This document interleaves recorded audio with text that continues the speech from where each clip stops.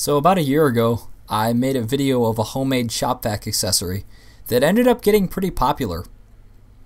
It was an idea I sort of had on a whim.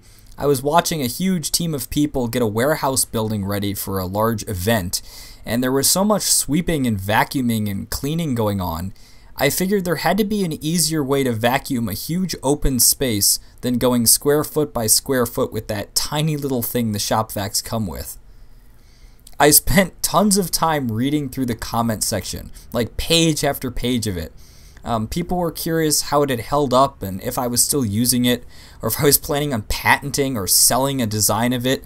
And most of all, there were people offering me tons and tons of great suggestions on how the original design could be improved, like things I could iterate on and change if I ever made another one. So for those of you who are curious in the comments, I'm happy to report that over a year later, I not only still have it, but it still works. Unfortunately, the marvel of modern value engineering that I praised in the first video hasn't fared so well.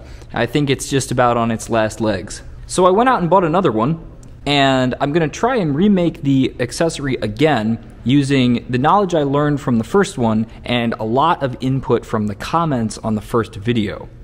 So a lot of people were asking in the comments of the previous video, how did it hold up after a year or so of use?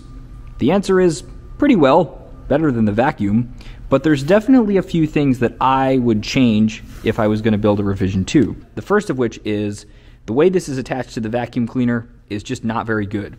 As you can see, I added this bungee cord here to sort of tie it onto the vacuum because even if you didn't hit anything, I discovered this would sort of vibrate loose and eventually fall off. The other thing I would change is this height adjustment mechanism.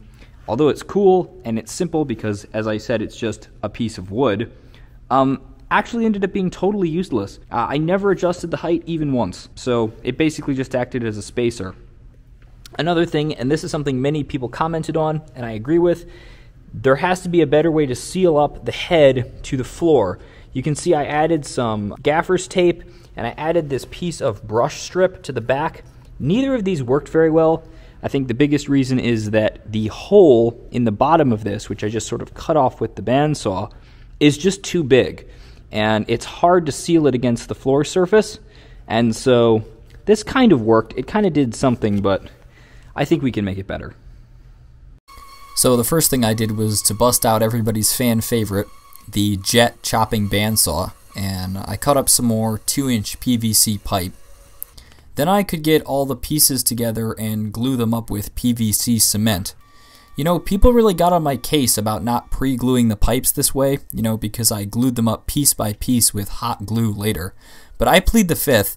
I'm not like a plumber or anything, and I think the original attachment might be the first time I had ever worked with PVC pipes in my life. So then, using the table saw, I sliced the bottom off the assembled pipes to create a nice flat surface. But I'm going to be honest, this was kind of sketchy and it made a huge mess. So if you're following along at home, I suggest maybe figuring out a different way to do this. I don't know, maybe just using the bandsaw again. But as you can see, it's got a nice flat surface, but because I didn't cut very much off, the slot isn't cut all the way through. So what I did was I took the pipe over to the router table and I used a square cutter bit and I carefully sliced out the whole length of the slot. Unfortunately, I forgot to record this, so you'll just have to use your imagination. And then after I was done, I could clean everything up just with some filing and a pocket knife. So to mount the new and improved head to the vacuum, I originally had planned on making sort of an adapter plate that fitted over these tool holders on the front of the vacuum. However, the super heavy-duty new and improved vacuum that I bought, it does not have those. So I think I'm going to have to get creative and figure out a different solution. So I went and bought a flat piece of steel bar stock, and I cut it to the same width as the assembled pipes. Then I could mark and drill some holes in the bar stock. This will serve a couple of functions that will sort of be explained as the video goes along. After that, I could transfer those marks onto the pipes and drill holes in them as well. Then I checked with a couple bolts and made sure everything lined up, which it did. So on the original video, there were a bunch of comments telling me I needed a rear sweep, like a rear scraper bar on the floor head, and I agree, and actually tried on the original one, retroactively adding a brush strip to the back. That did not work very well, so instead I'm going to use some of this industrial flooring rubber that I just had laying around.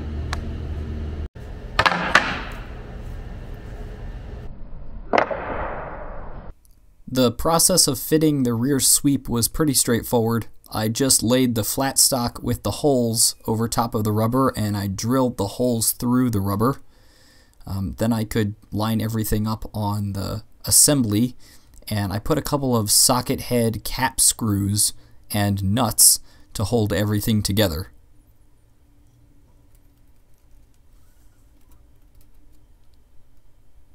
Getting the middle screw in there was kind of tricky. And here is my secret weapon.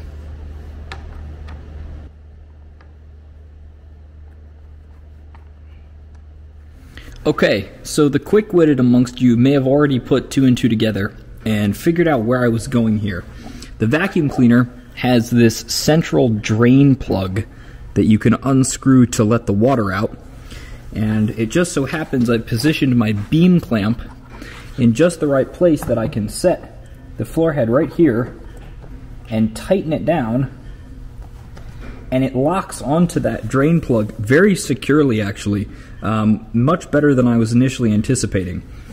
The only issue I foresee is I don't think this connection is very strong when it comes to torsional, like twisting force. So in a straight line this works great, but as this bends back and forth, I think this is going to have a tendency to loosen up.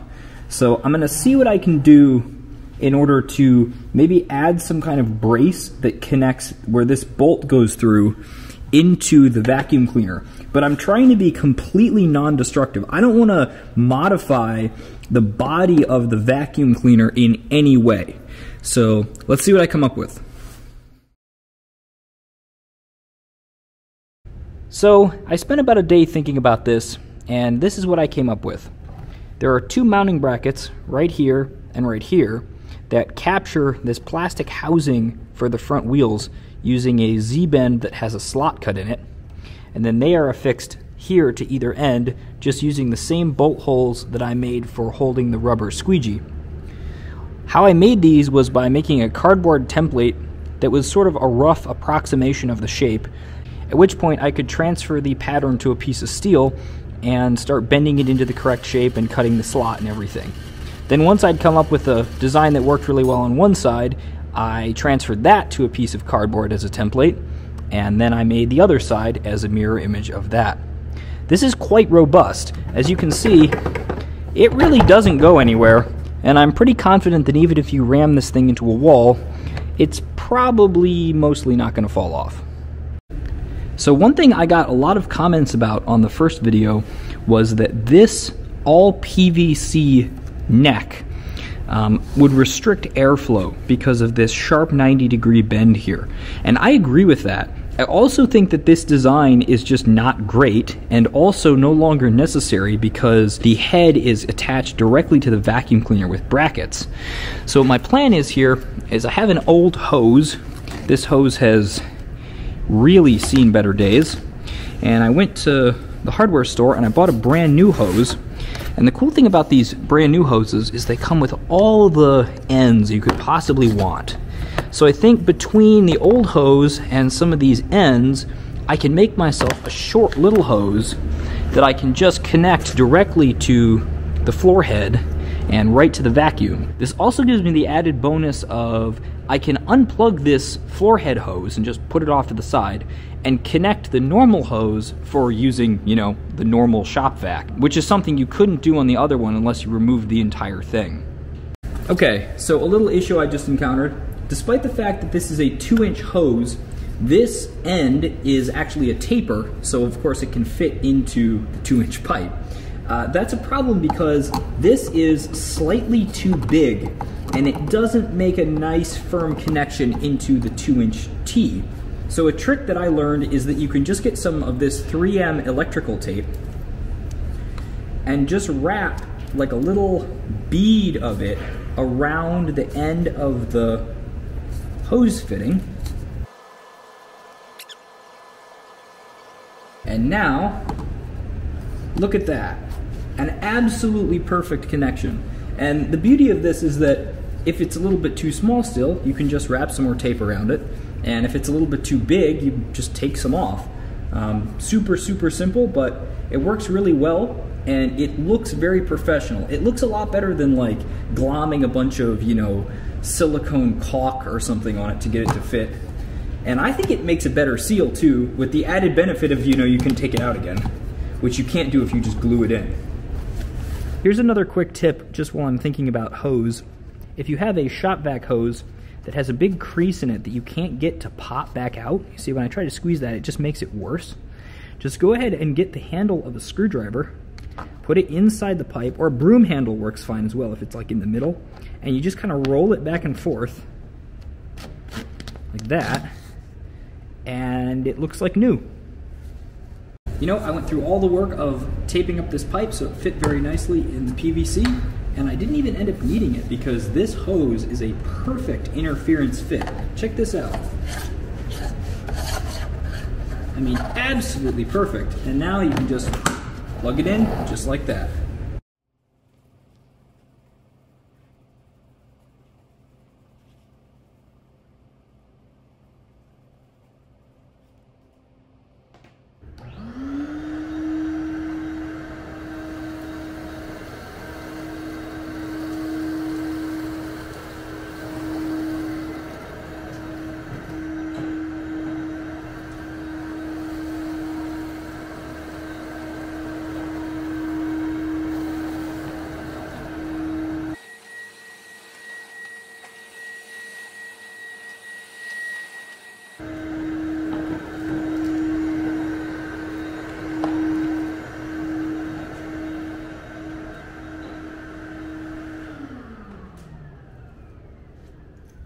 You know, I might be onto something with this whole iteration business. This thing works great, and it didn't even fall off like the first try of the last one. I think this squeegee here and the more gradual hose instead of the right-angled PVC really made a big difference to how this works. That being said, I want to do a couple other things to it before we call it a day. Now, my absolute favorite comment on the previous video was a suggestion by somebody who I forgot your name, I'm sorry, but they suggested adding magnets all along the front of the intake. This way, as you vacuum, you can catch screws or nails or any other metallic objects you don't want to accidentally suck up. This is like the smartest thing I've ever heard. You, sir, or ma'am, or them, I don't remember, you are a genius. I love this. Anyway, to attach the magnets to the front of the head, I'm just using some super glue, and that stuff you see me spraying is super glue setter. It makes the super glue set up instantly, so you don't have to wait for it to dry for a long time. This product is awesome. You can buy it on Amazon, or I think they might sell it at hardware stores. I don't know, but I bought this on Amazon. Now, even though the bare PVC pipe and visible barcodes have got a sort of rustic charm to them, I think something this good deserves a shiny new paint job. I decided to paint it green because, well, I like the color green, and also I already had this can of paint laying around. Now, after a couple finishing touches, I decided to christen this device the Super Sucker 5000. I mean, it seemed like a good enough name as any, but if you have any better ideas, feel free to drop them in the comments below. Now all that's left is to mount the attachment to the vacuum cleaner, plug in the hose, and are you thinking what I'm thinking? Yep, that's right, 1980s movie montage, with royalty-free music, of course.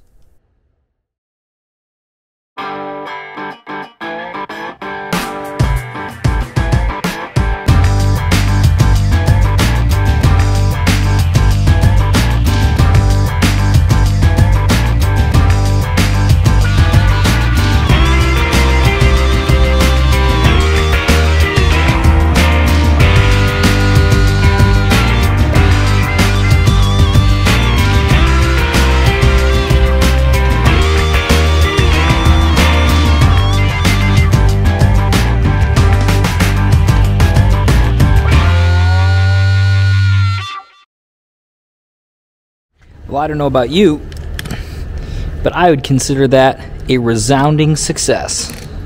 Seriously, it was great to revisit this project, especially with all the amazing comments I got on the last video. You guys should be engineers. The comments like the suggestion for the magnets and the hose and the sweep and the wheels and all of the really cool comments I got were just fantastic. I read through all of them and it gave me so many ideas. That's the reason I did this. I just was so inspired by everybody's ideas on the original video, I had to give it another shot. And I think I really made something pretty good here. This thing works great. I know a lot of people on the original video said I should patent it or sell it or something.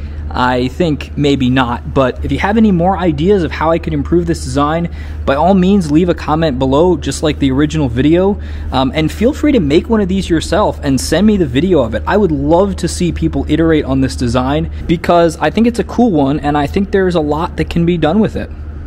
So until next time everybody, thanks for watching and I'll see you later.